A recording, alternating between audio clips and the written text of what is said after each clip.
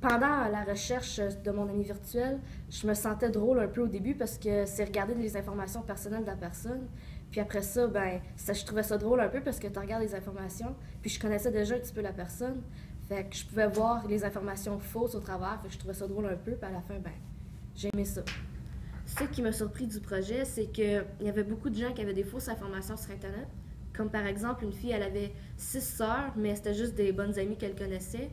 Puis c'était peurant parce qu'il y a beaucoup de gens qui peuvent faire ça, mettre des fausses informations, puis se créer des fausses identités. Puis, puis il y a beaucoup de gens aussi qui avaient beaucoup, beaucoup d'amis sur Facebook, comme au-dessus de 1000 amis. Mais la personne connaît probablement pas tout le monde, puis c'est peut-être pas les personnes qui disent qui sont.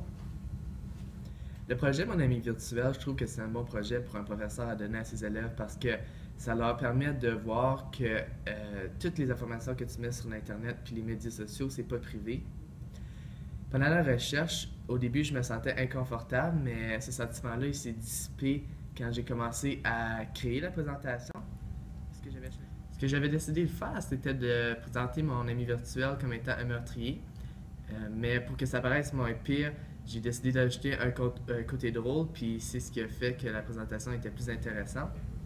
Ce que je retiens le plus du projet, c'est qu'il ne faut pas se fier aux apparences, puis non plus, il ne faut pas prendre tout au littéral parce qu'on ne sait pas toutes les circonstances qui entourent ce qu'on lit sur Internet.